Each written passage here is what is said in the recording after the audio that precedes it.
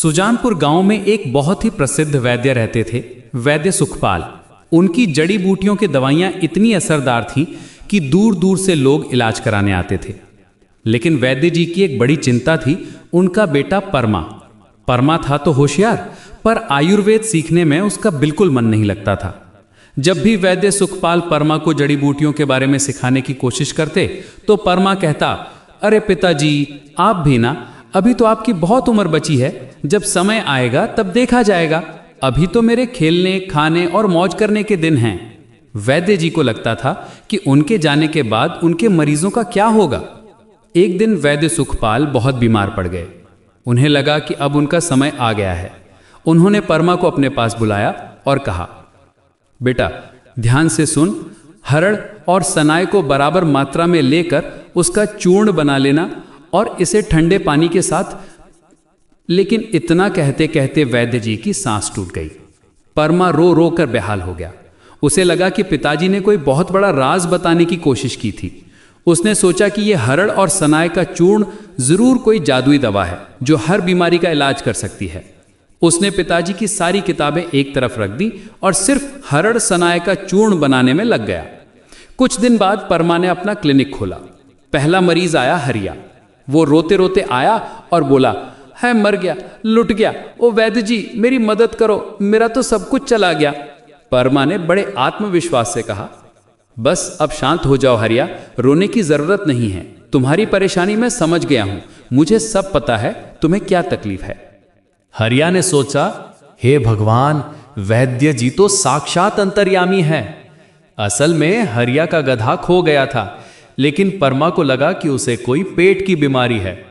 परमा ने उसे हरड़ सनाई का चूर्ण दिया और कहा कि ठंडे पानी के साथ लेना। हरिया घर गया और चूर्ण खाया। रात के 12 बजते बजते वीर रस चूर्ण ने अपना असली रंग दिखाया।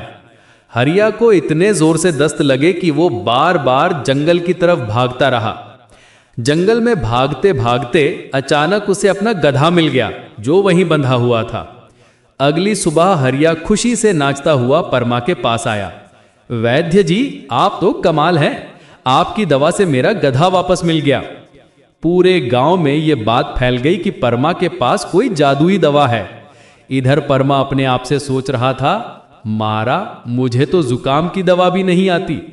लेकिन लोग उसे चमत्कारी वैद्य मानने लगे थे। कुछ दिन बाद राजा का संदेश आया। दुश्मन की फौज ने राज्य पर हमला कर दिया था। राजा ने परमा को बुलाया और कहा, वैद्य जी, हमारे सैनिकों को कोई ऐसी दवा दो जिससे वे बहादुर बन जाए और दुश्मन को हरा दे। परमा की तो जान सूख गई। उसे कुछ समझ नहीं आ रहा था। डर के मारे उसने सैनिकों को वही हरड़ सनाई का चूर्ण दे दिया और कहा कि यह वीर रस है, इसे खाकर युद्ध में जाना। रात के समय सैनिकों ने चूर्ण खाया। रात के 12 बजते बजते सभी सैनिकों को तेज दस्त लगने शुरू हो गए।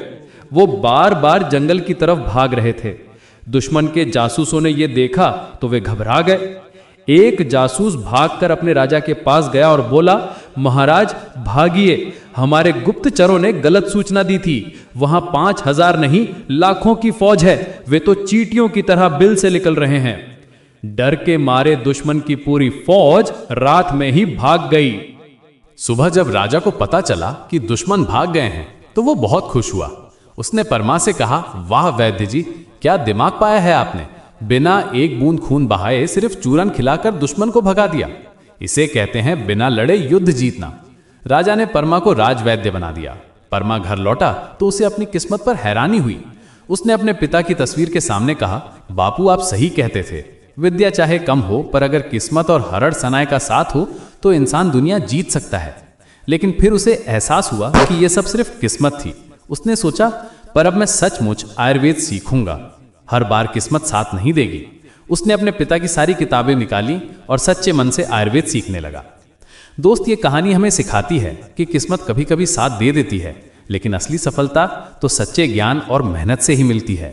परमा की तरह हमें भी समझना चाहिए कि पारंपरिक ज्ञान का सम्मान करना और उसे सीखना कितना जरूरी है। आपको ये कहानी कैसी लगी कमेंट बॉक्स में जरूर लिखना और हाँ, वीडियो को लाइक और चैनल को सब्सक्राइब करना मत भूलना। धन्यवाद।